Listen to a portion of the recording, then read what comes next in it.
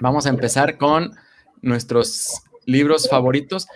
Tengo un libro que es mi favorito de toda la vida, que siempre que me preguntan cuál es el libro que más recomiendo, lo digo, pero no lo voy a decir todavía, lo voy a decir hasta el final. Al Es final. el último libro que voy a decir. No están ordenados, los demás no están en orden así como el top 10, no son. Son libros simplemente que me gustan mucho y que quiero recomendarles, pero el último sí. El último sí es mi top, mega top. Las personas que me conocen incluso ya han de estar adivinando cuál es ese libro que me fascina tanto. Por lo pronto, vamos a empezar por algunos que me gustan mucho. Y el primero con el que voy a empezar es este libro.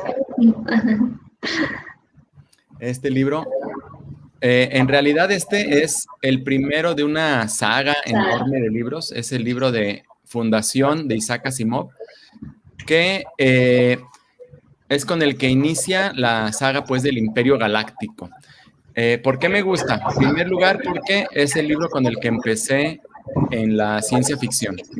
Pues yo creo que todos sabemos de chiquitos, posiblemente habíamos oído o visto alguna caricatura de ciencia ficción, etcétera, pero al leer ciencia ficción yo empecé con Fundación. ¿Qué tiene de especial? Bueno, Fundación es un libro escrito por Isaac Asimov. Yo creo que es el escritor de ciencia ficción más reconocido a nivel mundial, es decir, su nombre suena muchísimo, al grado de que todos los libros tienen más grande su nombre que el título de la película. Digo que el título del libro, o sea, siempre aparece Asimov con letrotas y luego ya dice cuál es el nombre del libro. Isaac Asimov es un escritor de ciencia ficción que, para mi gusto, se caracteriza por ser, primero, un escritor muy erudito. O sea, es un escritor que es muy culto, lee mucho, sabe de muchas cosas. Y también una de sus características es que tiene un modo de escribir muy sencillo. No es un modo así ornamentado o rebuscado, que le dé muchas vueltas. Es un modo de escribir como muy transparente que nos permite seguir las aventuras de los personajes como de manera muy, muy clara y muy sencilla. Y Fundación, imagínense, es un futuro donde la humanidad ya se expandió por toda la galaxia. Muchos planetas habitables de la galaxia ya están habitados y hay un imperio galáctico. Y su capital es un planeta que se llama Trantor, que es un planeta que todo está cubierto por la civilización. No queda nada natural en Trantor. Es completamente cubierto de las habitaciones, las fábricas, los edificios de gobierno, etc. Es como la gran capital del Imperio Galáctico.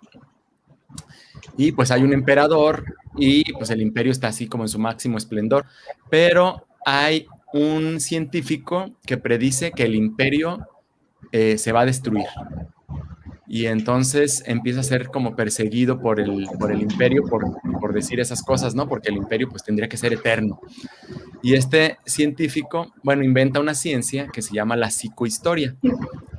Y la psicohistoria se trata básicamente de predecir el futuro, de decir, bueno, si las tendencias sociales actuales son así, lo que va a pasar en el futuro es esto, ¿no? Y entonces este científico se llama Hari Seldon, predice que va a desaparecer el imperio y dice, bueno, no se puede evitar la desaparición del imperio, lo que sí podemos hacer es preservar todo lo que se ha logrado. En vez de entrar en una época de barbarie donde todo se olvide y se destruya y haya que volver a empezar, vamos a inventarnos una fundación donde se conserven los conocimientos del imperio y que ese periodo de 1000 años o de 10,000 años, no recuerdo cuánto, un periodo larguísimo que va a ser como una edad oscura, acortarlo. Como si preservamos el conocimiento podemos recuperar la civilización más pronto, ¿no? Entonces, está un poco basado o mucho basado en la historia del Imperio Romano, en cómo el Imperio Romano llegó a ser así como la gran superpotencia mundial y también cómo se destruyó. Y bueno, este es el primer libro de una saga enorme de libros acerca de la fundación. En realidad son relatos breves o novelitas más pequeñas. disculpen ustedes a mis perros que empezaron a hacer ruido. Entonces, que narran como diferentes estadios en esta destrucción del imperio y la recuperación. Y forman como una novela, pero Asimov pues siguió, ¿no? Siguió contando la historia después de esto y antes de esto. Así que es el primer libro que les quiero recomendar. Es con el que empecé yo a leer ciencia ficción y creo que para muchos puede ser un buen inicio en la ciencia ficción, si es eso lo que les gusta. ¿Leíste toda la saga o no? No sé, seguramente me faltan un par de libros, ni siquiera sé cuántos son, pero es más, permíteme un momento. Permíteme un momento, mira. Va a buscar todos.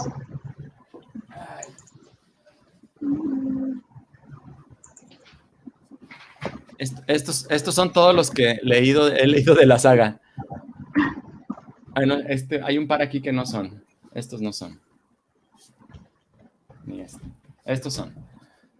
Es Hacia la Fundación, que es una precuela. Los Límites de la Fundación, que es casi al final. Segunda Fundación, ese es el que sigue de Fundación. Fundación e Imperio. Y Robots e Imperio. Bueno, un montón de libros. Y hay más libros que están relacionados con esta idea de la fundación. Va siendo como una especie de universo, digamos. Esos son los que les recomiendo. Ahora, una cosa que quiero decirles a todos es que no hay el mejor libro. O sea, en realidad no hay un mejor libro así en general. El mejor libro es el que nos guste más, ¿no? Es un poco como la comida o como los vinos. Que la gente que sabe de vinos se les puede decir, no, este vino es mejor que este, o este es mejor que este. Sí, hay niveles de calidad, etcétera, pero en realidad, si son honestos, te van a decir, el mejor vino es el que más te gusta, ¿no? Entonces, pues estos son los que nos parecen los mejores a nosotros. Entonces, también depende de sus gustos. O sea, si ustedes me dicen qué les gusta o qué les gustaría leer, a lo mejor también les puedo recomendar libros que tengan que ver con eso que les gusta a ustedes. ¿Estamos? Muy bien. Bueno, pues ese fue el primero que les quiero recomendar. Ahora, no quiero saturarlos, pero vamos a cambiar completamente de... No vamos a cambiar tanto. Vamos a hablar de otros libros que tienen que ver con ciencia ficción también, pero son un poco como los antecesores de Asimov. Este es uno que escogí porque es de los primeros que leí también.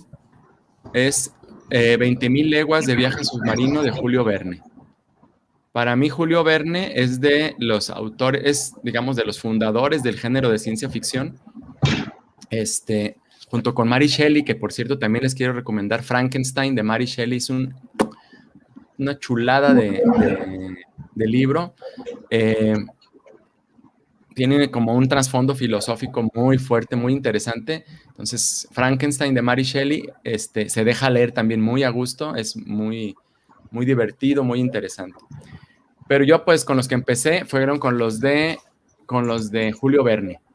Y fue yo creo que el primero que leí, 20.000 leguas de viaje submarino, donde Julio Verne prevé la existencia de cosas como los submarinos, por ejemplo, que en ese entonces no existían, o del uso de la energía eléctrica para iluminar muchas cosas, etc. Pero no es el único. Julio Verne tiene un montón de libros, todos son muy buenos. Algunos no tan conocidos como pero pues está lleno también como de aventuras. Se han hecho varias películas de 20.000 leguas de viaje submarino. Así que esa es la segunda recomendación. ¿De qué se trata? Bueno, todo empieza... voy a contarles la historia. Todo empieza con... empieza a haber naufragios alrededor del mundo. Se empiezan a reportar noticias de barcos que se están hundiendo y al parecer es un monstruo marino el que está destruyendo a estos barcos, y se hace una expedición. Y en esta expedición va un científico, el profesor Aronnax, y otro par de personajes muy, muy interesantes ahí. Total que andan investigando este asunto en el mar y pues también a su barco lo hunden. Y resulta que no es un monstruo marino el que está destruyendo los barcos, sino es un submarino hecho para atacar, para destruir barcos. Estos personajes, Ned Land es el otro, el marinero, y había un ayudante del profesor que se llama Consejo, según recuerdo. Y naufragan, pero el capitán del submarino, que es el capitán Nemo, les da refugio dentro del submarino. Entonces, ahí el capitán Nemo les explica por qué está destruyendo a los barcos y mientras tanto, pues recorren el fondo del mar y es una experiencia maravillosa, es una aventura increíble. Pelean contra un calamar gigante, por ejemplo, visitan tumbas, por ejemplo, hay personajes que tienen sus tumbas en el fondo del mar. Y bueno, es una aventura maravillosa. Esta es mi segunda recomendación. 20,000 leguas de viaje submarino. Ándale, llegó Eric Blackmer, que no tiene cara. Ni voz. Ni voz, bueno. Eric Blackmer, déjenme presentarles a Eric. Ahí sí tiene voz. Eric es de nuestros colaboradores en Curiosamente. Él se encarga de la edición de los videos. ¿Cómo estás, Eric? Muy bien. Se ve con retardo, pero bien. ¿Se ve qué? No, es que estoy viendo por otro lado. No, perdón. Sí, todo bien. Aquí estamos. Que se ve con retardo. Bueno, pues sí está. Si estás viéndolo en YouTube, vas a verlo como con 10 segundos de retardo. Eric, ¿qué libro a ti te gusta mucho? Cuéntanos. Ay, es que hay muchos. Uno de los libros que primero leí, pero no era propiamente como ciencia ficción, pero sí era un libro noveleado de historia. Ajá. De Gary Higgins. Se llama Azteca. Está interesante. Es la historia, es la historia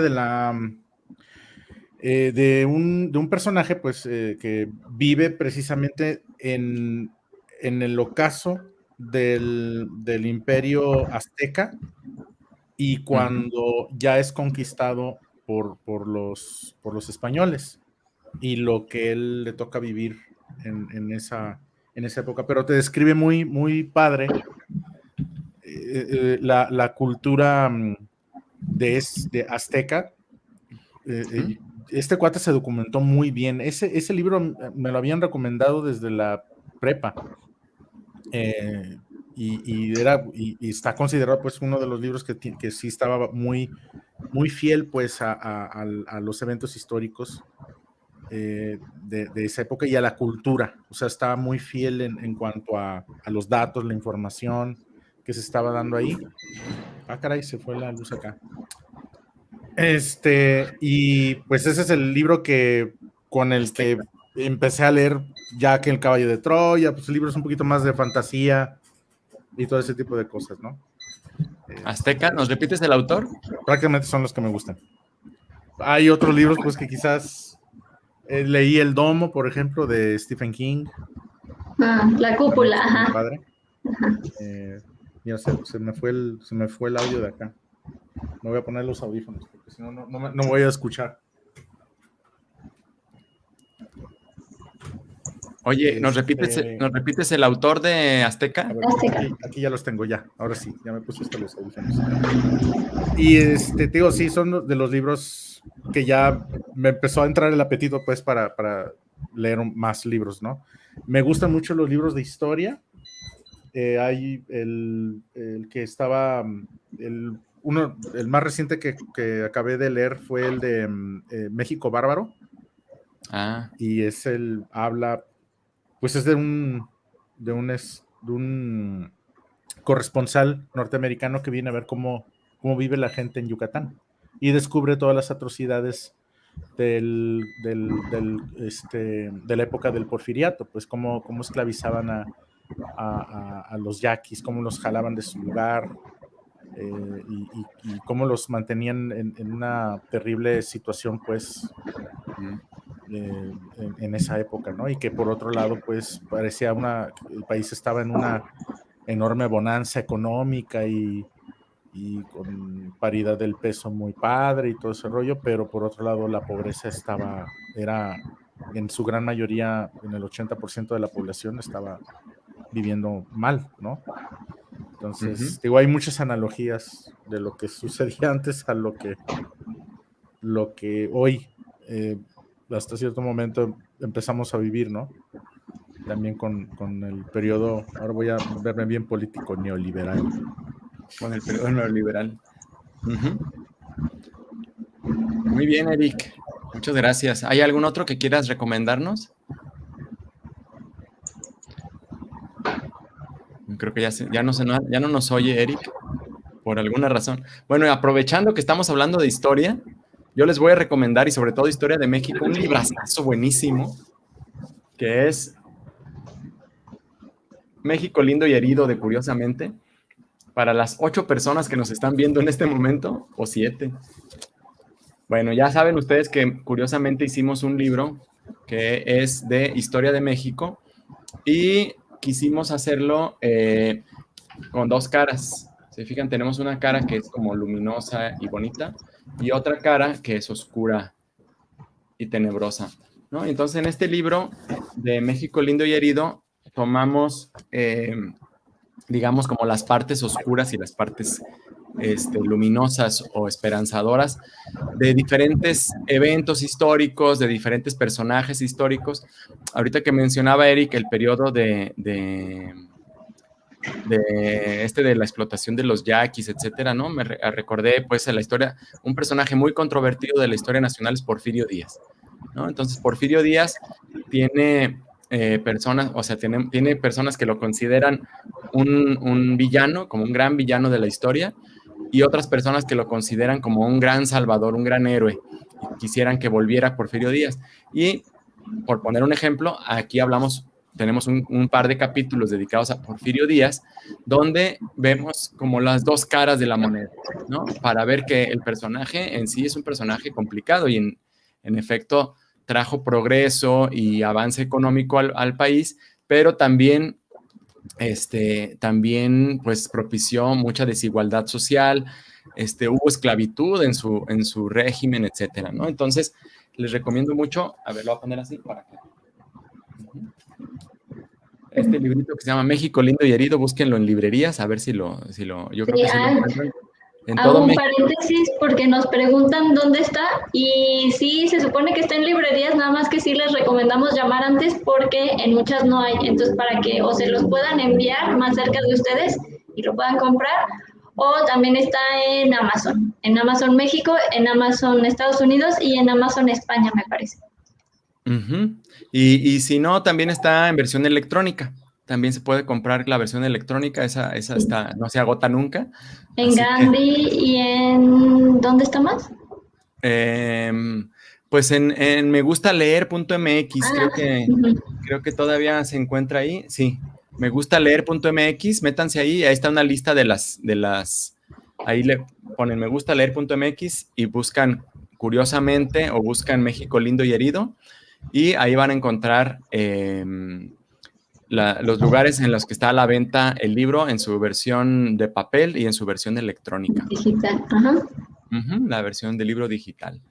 Ese lo recomendamos porque lo hicimos nosotros. Y creemos que está interesante, la verdad. ¿Saben qué? También que tiene capítulos muy chiquitos. Entonces son capítulos que lo puedes leer ahí en vez de jugar un jueguito mientras estás esperando en la cola de las tortillas. ¿Todavía se cola la gente en las tortillas o ya no? Bueno, ya no se usa, ¿verdad? Hacer eso. O si vas al baño. Estás en el banco. O en el banco, por ejemplo, te puedes leer un capítulo de estos así en lo que esperas. Y son capítulos muy amenos, muy, muy cortitos y muy interesantes. Creo yo que vemos aspectos de la historia de México que no se ven normalmente pues, en los libros de texto y así. Entonces, ese también se los recomendamos. ¿Sale? Muy bien. ¿Seguimos con más recomendaciones? Pues sí, ¿no? ¿Tenemos preguntas de la gente? Bueno, en realidad creo que cada vez hay menos personas Bueno, sigue habiendo 8. No, somos 8, sí. Bueno, 8 personas nos están viendo. Muchas gracias a los 8, a las y los 8 que nos están viendo. Oigan, les quiero recomendar, volviendo al tema de la ciencia ficción, libros que tienen que ver con distopías. Ándale, a ver, platícanos tú, Mariana. Pues yo también iba a recomendar sí, es de mis favoritos. Está viejito esta versión, pero pues sí, cuando lo leí allá hace un tiempo me gustó muchísimo y a partir de ahí empecé a leer mucho de Aldous Huxley, pero creo que este es su mejor libro que tiene.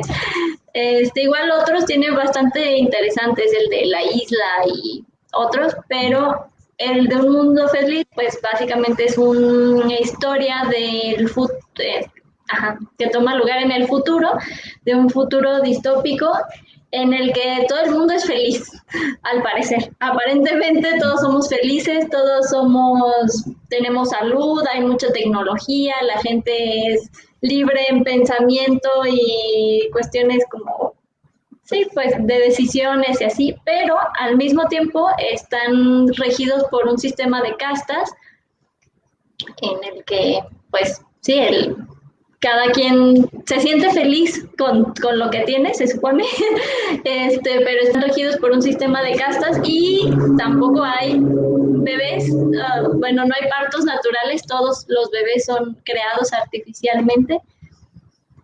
Y pues sí, está bien interesante. ¿Tú qué nos gustaría decir, Tona? No, bueno, ya lo describiste muy bien. A mí se me hace interesante, que forma parte como de unas, ¿cómo le podemos llamar? Como de una categoría de libros que caerían dentro de la distopía, ¿no? Que son estas utopías que salieron mal, ¿no? Estos mundos futuros posibles donde las cosas no salieron muy bien.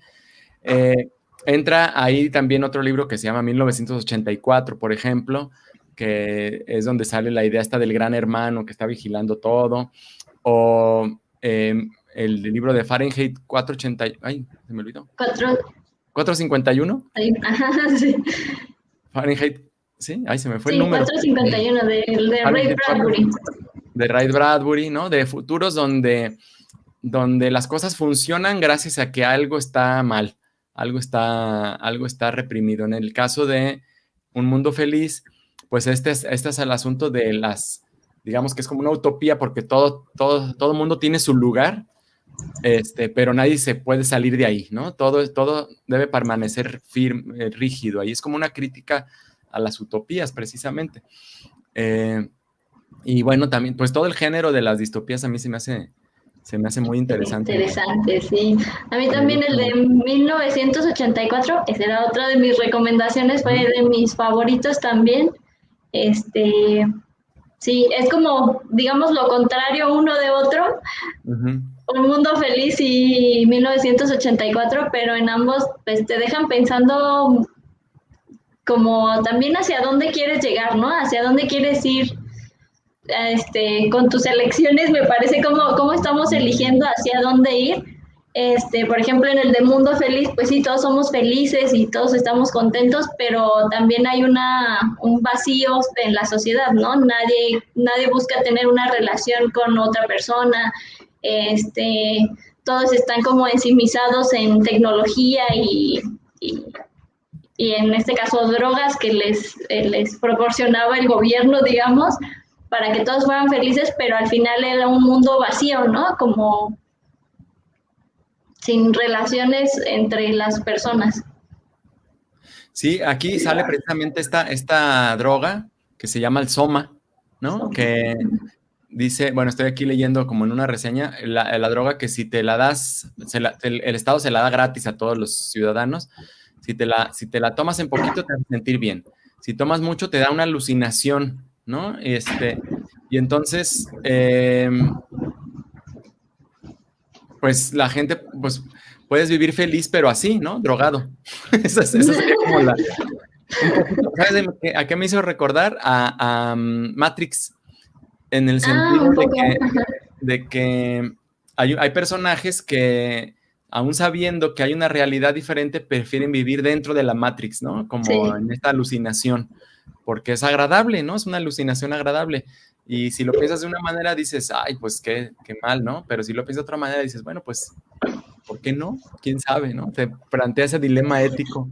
¿Quién sabe? Vivir en la verdad o vivir en el placer, sería como el dilema ético. Ese es Un Mundo Feliz de Aldous Huxley. Pues eso es una recomendación que hacemos Mariana y yo, que coincidimos esta vez. No, el de Fundación también, bueno, de la saga de Fundación a mí me gustó más Yo Robot y el de Cúpulas de Acero. Claro, que yo lo conocí como Bóvedas de Acero, ajá. Sí, Bóvedas de Acero. La traducción ahí un poco, pero esos dos creo que fueron mis favoritos de la saga de Fundación. Sí, que Yo Robot son relatos breves, ¿no? Relatos de... de robots. Que en realidad están contados por una sola persona, pero está como dividido el relato. Así es, muy bien. ¿Otro que quieras recomendar, Mariana, antes de que pase yo al siguiente? No, si quieres dale y luego... Bueno, yo me voy a dar un giro completamente hasta ahorita. Bueno, hablamos un poquito de ciencia ficción, algunos de historia, pero les voy a recomendar dos. Uno de ellos lo tengo aquí. Son como dentro del género de la fantasía, pero de la fantasía de Latinoamérica. Uno es Confabulario de Juan José Arreola. Son cuentos breves, fantásticos, interesantes. La verdad, a mí, los dos escritores de literatura, son tres en realidad. Los que más me gustan serían Juan José Arreola, Jorge Luis Borges y Juan Rulfo. Son los tres escritores latinoamericanos a mí que me vuelan mucho la cabeza. Aquí nos vamos a pelear con alguien seguramente porque a mí García Márquez no me gusta mucho. no le hallo mucho el chiste a García Márquez.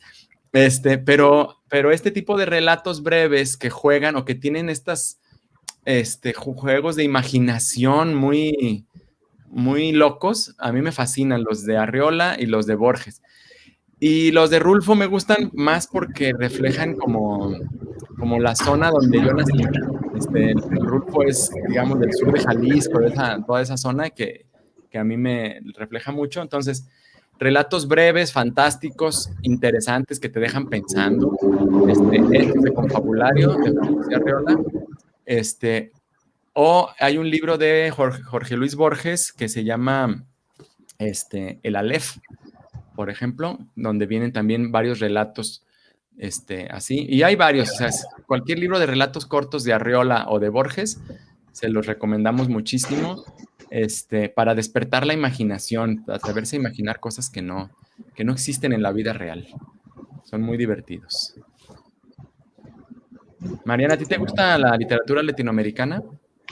Sí, aunque no he leído tanto, pero sí he leído Jorge Ibarrengotia, que tiene un nombre muy difícil. Sí, leí del Relámpagos de Agosto y Maten a León. Dicen que son divertidos, ¿no? Sí, Julio Cortázar leí también un poco. Gabriel García Márquez, a mí sí me gusta, digo, sí, algunos, por ejemplo, el de 100 años de soledad sí me gustó, y el de Ensayo sobre la ceguera también es como... Pero Ensayo sobre la ceguera es de Saramago. Perdón, de Saramago, de José Saramago, ese es muy bueno, sí. Es muy bueno. Sí, como te imaginas esas cosas, ¿no? Como que todo el mundo se queda ciego de repente, ¿no? Ensayo sobre la ceguera es un libro de ciencia ficción, realmente. Sí. Que por cierto, me recuerda a otro libro de ciencia ficción que se llama El Día de los Trífidos. El Día de los Trífidos es un libro, precisamente pasa lo mismo, es anterior al de Saramago. De repente todo el mundo se queda ciego, así, o sea, de un día para otro todo el mundo se queda ciego. Pero en este libro la gente cultiva unas plantitas que se llaman trífidos. Son unas plantas que tienen movimiento, se pueden mover, que mientras las tienes en tu jardín y todo, pues es como una curiosidad, es una planta que se mueve y que come animalitos y cosas así. Pero cuando la gente se queda ciega, las plantas se empiezan a mover demasiado y empiezan a comerse a la gente. Entonces, esos son los trífidos, ¿no? Que andan por todo el mundo. Y es un libro de ciencia ficción más como de terror, como de esas películas de los años 50 o 60 donde todo el mundo anda huyendo porque andan los monstruos por todos lados. Y creo que Saramago le da un giro más filosófico y más interesante a la idea de la ceguera total. Sí. Saramago tiene otro libro que me gustó mucho, que se llama El viaje del elefante. Creo que se llama El viaje del elefante. Es muy bonito, de un elefante que lo llevan como regalo de un reino a otro, y es como todo el viaje que hace el elefante. Y el de El Evangelio según Jesucristo. Ese es un libro que... ¡Ay! No lo he leído, ¿eh? Es la vida de Jesús, pero te plantean un Jesús que no sabe bien qué está pasando. Y por qué Dios le está poniendo a hacer esas cosas, ¿no? El final es muy fuerte, no se los voy a contar, pero es un diálogo entre Jesús y Dios. Y también de José Saramago, ya que andamos con los escritores. ¿Sabes cuál? Me gustó mucho y está súper cortito. El de Carlos Fuentes de Aura. Aura es cortito. Sí. También es como ¿cómo diríamos? Como de suspenso psicológico, como fantástico. Pues no da tanto miedo en realidad, pero sí como te queda así como, ¿y entonces qué pasó? Cuéntanos un poquito de qué trata. Según recuerdo era de un personaje que llega a escribir la vida de un general. Y entonces vive en la casa de la viuda, y en esa misma casa de la viuda vive su sobrina. Y lo curioso es que ya no sé cómo decirles sin decirles, pero empiezan a ocurrir cosas muy extrañas que empieza a notar, pero el escritor, el narrador, se enamora básicamente de la sobrina, pero la sobrina es muy extraña también. No habla, como que a veces es mala onda y así, pero él está enamorado como de ella, y ya, está muy interesante. Y todo ocurre en esa casa. Yo recuerdo que la sobrina incluso es como misteriosa, ¿no? Que a veces no llega, no sabes si... Al principio, yo recordaba que al principio no sabía si existía o no existía, como que un poquito extraño ahí el asunto de Aura. Muy bien, pues ese es otro libro recomendado. Bueno, yo tenía por aquí, es que ahorita me acordé de otro, pero se me fue la onda. Bueno, les voy a recomendar este lo acabo de leer, es el libro que más recientemente leí. Este libro, a mí fíjense que lo compré hace años y no lo había podido, o no se me había antojado tanto. O sea, yo compro todos los libros de esta autora porque me fascina, Ursula K. Le Guin, y compré Lavinia porque dije, pues seguro me va a gustar, pero el tema realmente no me llamaba mucho la atención porque es como histórico, ¿no? Y yo sentía que a lo mejor iba a ser un poco árido, no sé qué idea tenía, sobre todo porque nunca me había llamado mucho la atención la historia de los romanos, ¿no? La historia de los latinos. Y hace poquito, pues lo agarré y dije, ya lo voy a leer. Y resulta que es delicioso. Lavinia, de Ursula K. Le Guin, es un libro que nos cuenta la historia de una mujer que se llama Lavinia, que vivió en la época en Italia, digamos, en lo que ahora es Italia, pero en la época muy anterior a la fundación de Roma. O sea, todavía no existía Roma como tal, o sea, que no existía todo esto que cuando pensamos en Roma pensamos en los palacios, ¿no? O en ¿cómo se llama? En el Coliseo y todas estas cosas que salen en las películas cuando pensamos en Roma. Y esto es como mucho antes, ¿no? Donde Roma había muchos reyesitos, había muchas regiones y cada región tenía su rey. Y los reyes era muy interesante. De las cosas que me fascinaron, pues, es que los reyes, pues, no tienen todo este esplendor con el que los relacionamos. Son más bien como hacendados. Me daba la impresión como de que eran como los jefes de una hacienda y se ocupaban de organizar a la gente y a su alrededor, ¿no? Y darles como procurar el bienestar de la gente, Entonces son reyes muy rurales. Y también se me hizo muy interesante como la conexión con lo divino, con lo mágico, ¿no? Todo el tiempo están hablando de los dioses de los lugares, de los penates, de los lares y de cómo las obligaciones religiosas de cada quien, pero en un tiempo en el que todavía no existe religión organizada. Y Lavinia es la princesa, es la hija del rey latino, o sea, así se llama el rey latino, y sucede que en ese entonces acaba de suceder la guerra de Troya, y entonces Eneas es un personaje que viene huyendo de la guerra de Troya y llega a Italia, y es como ese encuentro entre Eneas y Lavinia, que son de culturas diferentes, y la parte, bueno, digamos que lo que da origen a esta historia es un poema de Virgilio, que vivió por ahí del año 50 antes de Cristo, según recuerdo. No es cierto. Ah, sí, 50. Bueno, digamos alrededor del nacimiento de Cristo, Virgilio, y Virgilio escribió la Eneida, que es la historia o el poema donde se cuenta el periplo de Eneas, de huir a Troya hasta llegar y fundar sus ciudades en Italia. Y ahí aparece Lavinia, que es el personaje del que estamos hablando. Pero Lavinia, aunque es la consorte o la personaje con el que se va a casar Eneas, no habla nunca, solo aparece y nunca le da voz el poeta. Y entonces Ursula K. Le Guin dice, bueno, pues yo voy a hacer un libro donde hable Lavinia. Y entonces es narrado por ella directamente. Ella te cuenta como toda su historia desde este punto de vista como muy mágico y como muy rural, al que uno se puede entenderla muy bien a ella. Pues les recomiendo mucho Lavinia de Ursula K. Le Guin, sobre todo si, además está escrito de una manera muy bonita. O sea, yo la verdad recordé lo disfrutable que puede ser la lectura con este libro. Últimamente, déjenme decirles que no leo tantos libros de ficción como antes. Hacer curiosamente me requiere estar leyendo un montón de cosas de no ficción, y poderme darme el tiempo de leer algo como tan sabroso y tan agradable como esto, me gustó bastante. Así que, pues, se los recomiendo mucho. Ahí está, esa otra recomendación. Creo que Tonatiuh se trabó. No sé si soy yo. ¿Los demás me siguen viendo? No sé si... A ver, un momento, déjenme...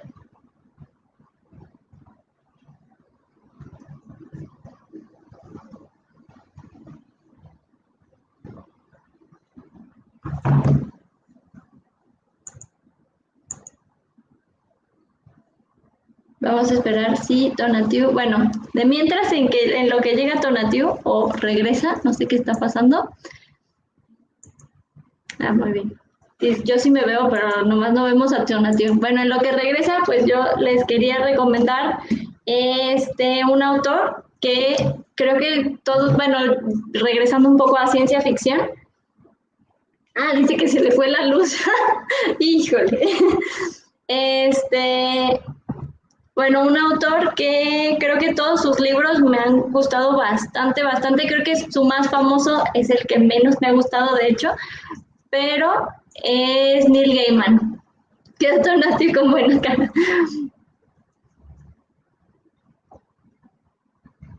Que es Neil Gaiman, ¿no? Este es de Los hijos de Anansi, creo que fue de mis favoritos, y El océano al final del camino también están muy buenos.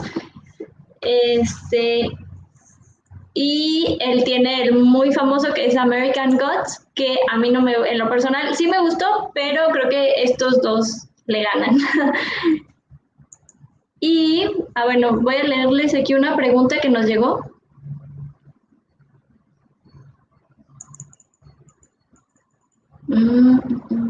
Autores mexicanos de ciencia ficción. Les puedo recomendar de ciencia ficción a Alberto Chimal.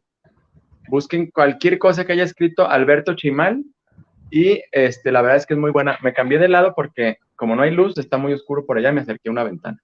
Ahora estoy aquí, junto a la ventana. Entonces, les recomiendo mucho a Alberto Chimal. Búsquenlo por ahí. Hay otros autores mexicanos de ciencia ficción. Por ahí está...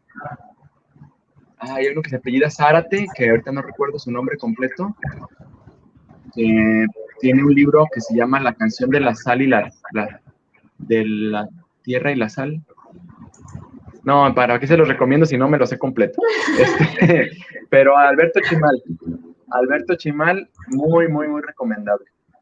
Autor mexicano de ciencia ficción. Sí, a menos que ustedes también nos quieran recomendar a alguien más. También se vale. Sí, ¿Hay alguna otra preguntilla? No, nada más esa. No es de ciencia ficción como tal, pero es bueno, creo que él sí es mexicano y es Javier Velasco, y tiene unos libros muy buenos, como Diablo Guardián, La Edad de la Punzada y así. También me parece muy bueno como escritor. Sí, sus cuentos están bien entretenidos. Sí, también es una lectura así como muy fácil, ¿no? Te la cuenta así con vocabulario común y corriente, y entonces como que se te hace más ligera la lectura todavía. Y cuando te fuiste, no sé si viste que recomendé a Neil Gaiman. Ah, no, pues genial. ¿Cuáles recomendaste a verlos? Yo recomendé Los hijos de Anansi y El océano al final del camino, pero creo que todos sus libros son muy buenos, todos. Bueno, sí. Todos los que he leído. Te digo la verdad, me dicen que hay Gaiman... otro... no, dime. Hay otro que yo no he leído, no sé si tú lo habrás leído, que es Los hermanos de Anansi. No lo he leído. Fíjate que yo solo he leído un libro de Neil Gaiman, que lo escribió junto con Terry Pratchett, que se llama Buenos Presagios, que es un libro que es como una parodia de la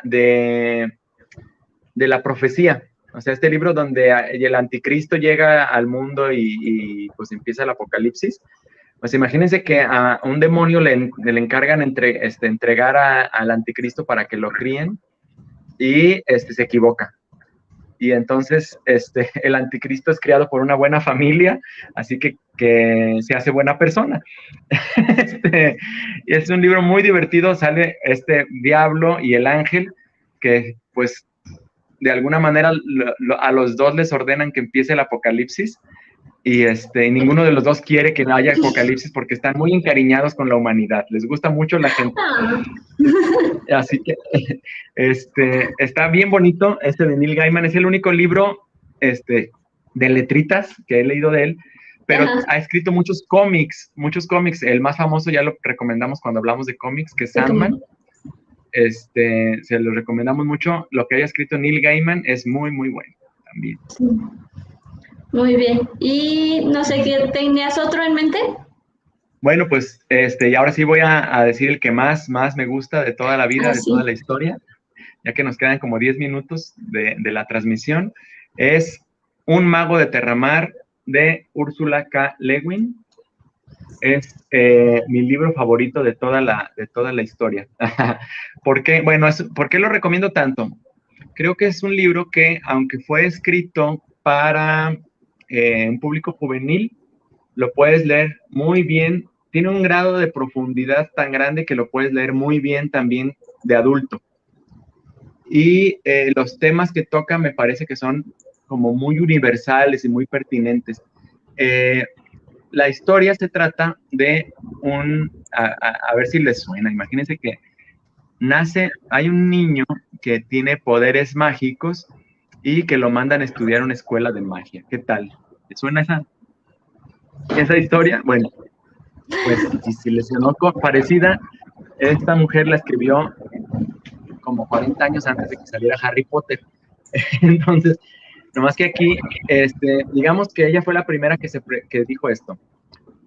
siempre vemos a los magos en las historias de fantasía como estos señores barbones, ¿no? Merlín o Gandalf, ¿no? Que son estos señores ya viejos, sabios, que saben mucho. ¿Cómo serían ellos cuando eran jóvenes? ¿No? Entonces, inventa este mundo de fantasía que se llama Terramar, que es un archipiélago, o sea, un montón de islas, y en este mundo existe la magia, ¿no? Entonces nace un niño que nace con poderes, con cierta afinidad por la magia, y nos cuentan la historia de cómo él viaja a este lugar donde está la escuela de magos de Rogue, donde le enseñan a manejar sus poderes, pero tratando él de impresionar a los demás con su magia, invoca algo rarísimo de otro mundo, y ese algo empieza a hacer destrucción, ¿no? Y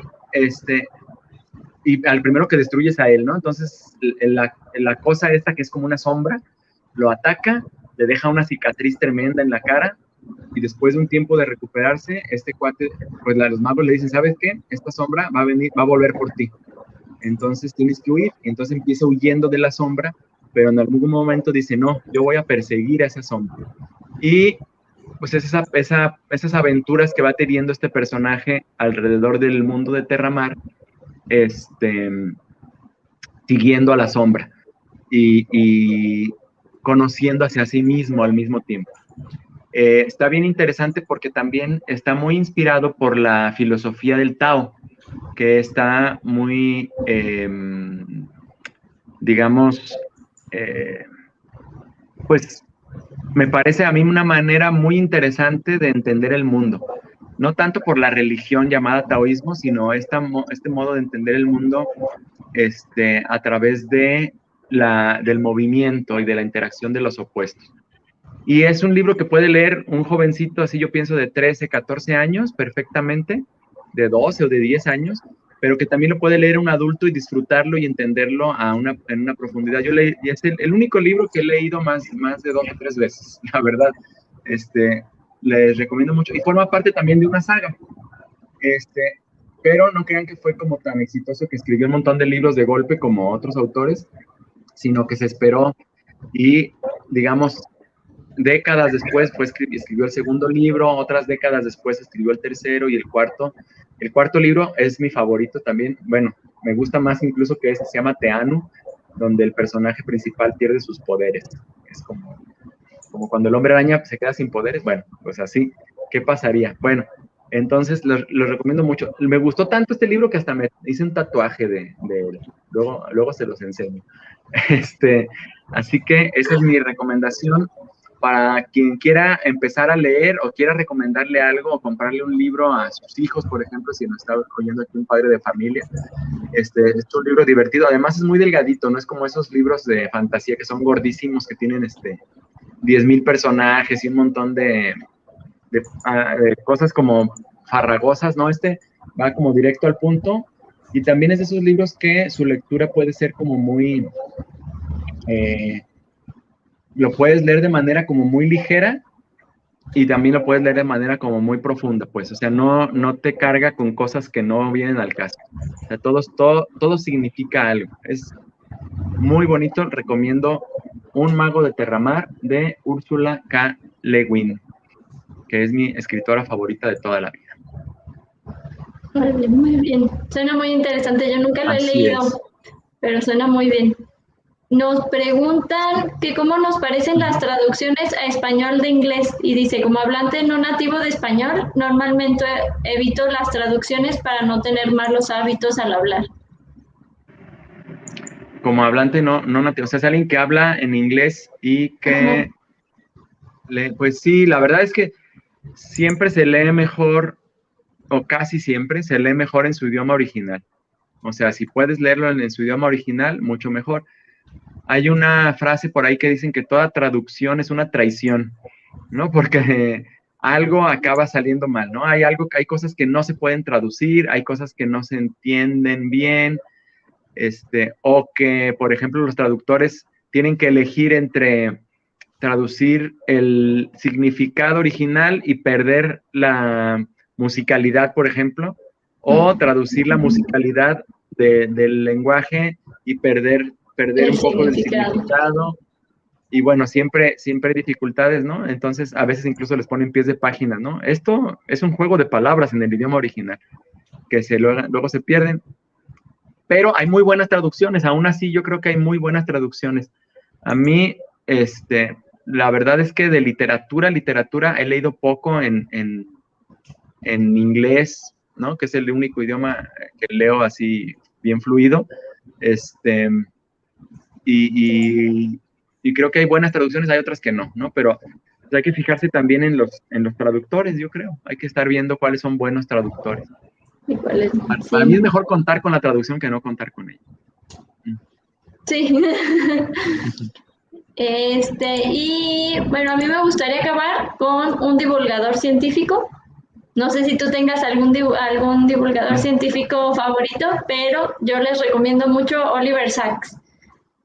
Es mi favorito de toda la vida. Ah, claro. Le gana a todos.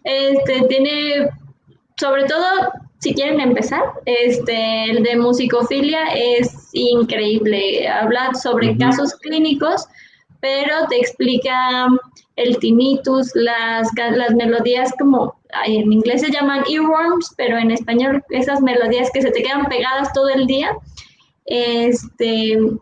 Súper interesante de cómo funcionamos, cómo funciona nuestra mente y siempre Pegajosas. Sus casos clínicos te dejan asombrado, ¿no? Entonces, creo que es de mis favoritos de divulgación científica. Si les interesan las neurociencias o parte también habla como de psicología y así, están muy interesantes todos sus libros. Todos. ¿Tú, Tona? ¿Alguna divulgación científica? Sí, no. Ay, ya no te escuchaste.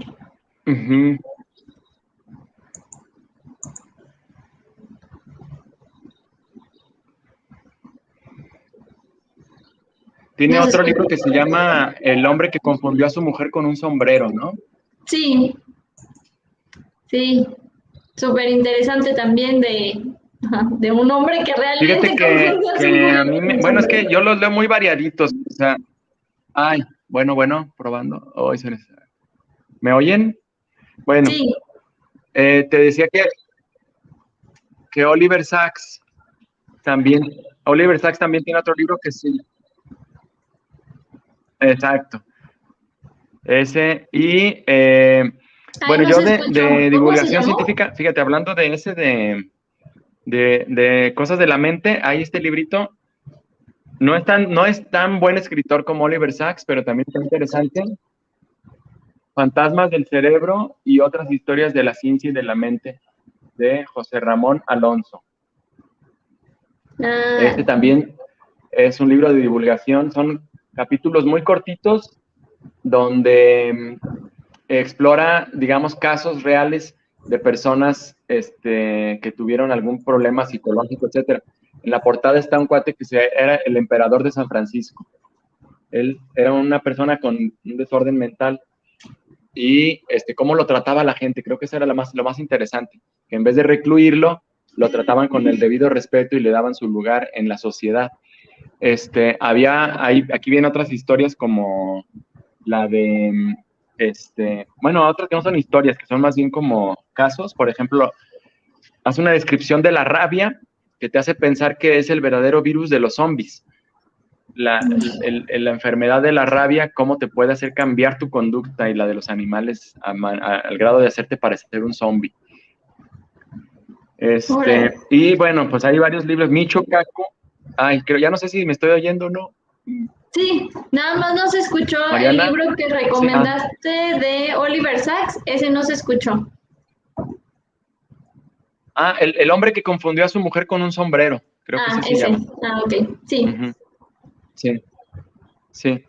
Te decía que, bueno, tengo aquí varios libritos de Michio Kaku, que es un físico que también le gusta hacerle al futurismo, pues explica cosas, cómo podrían ser desarrollos tecnológicos en el futuro, también está interesante. Y Pepe Gordon, divulgador mexicano, él también tiene cosas muy padres. ahorita no recuerdo el libro porque no lo tengo aquí, pero también escribe cosas muy, muy buenas. Pepe Gordon, búsquenlo por ahí. Muy Oigan, bien. pues, ya no sé si nos queda mucho tiempo. Bueno. Oigan, lamento que termine así como el en vivo, porque no estoy seguro si me están oyendo o no me están oyendo. Vamos entonces cerrando. Le voy a dejar a Mariana, que es la que sabemos que sí se escucha, para que ella despida este en vivo que tuvimos hoy. Pues sí te escuchas, pero igual nos vamos despidiendo. Les agradecemos mucho a todos los que se quedaron a vernos y a los que no, pues lo pueden ver después y nos van a seguir viendo. Vamos a subir el en vivo, por si no lo vieron desde el principio, para que puedan ver todas las recomendaciones que les dimos y nos platiquen qué tal, si les gustan, si ya los leyeron y nos dejen por ahí sus recomendaciones también. Muy bien, entonces les mandamos un saludo a todos. Muchas gracias a todos. Gracias por escucharnos. Ojalá y lean mucho. Lean mucho.